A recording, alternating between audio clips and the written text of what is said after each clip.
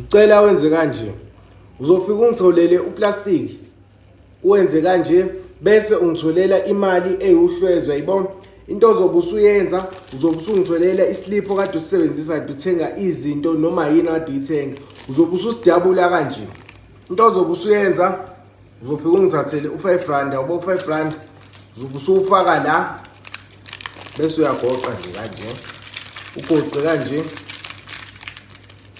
Bafowethu lothi uthola imali siyambongela and mangibheka uyalike uyafollow ama video ami bese into ozobe usuyenza uzobe usuwenza kanje yabo uzobe usukuthatha lokho usukubeka kanje ukufaka kanje la esigubhini ufuna ukuthi niyibone kahle lento mengiyenza yabo ukubophe nje kanje into ozobe usuyenza uzobe usungithathela lamashumi la uwafake phakathi bese ungitholela usawoti bafethu ivideo phela ngicela ukuyifaka ku-YouTube uma ufuna ukubona ivideo phela ngihamba ngibheka nayo ivideo ngiyipostile ku-YouTube ngiyacela ni-like ni-follow ngiyabonga.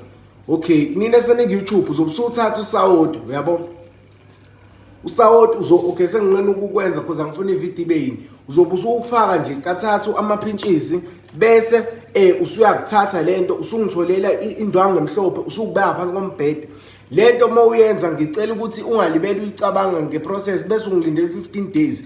Ngiyacela ni like ni subscribe amanye ama video ngisazwadedela.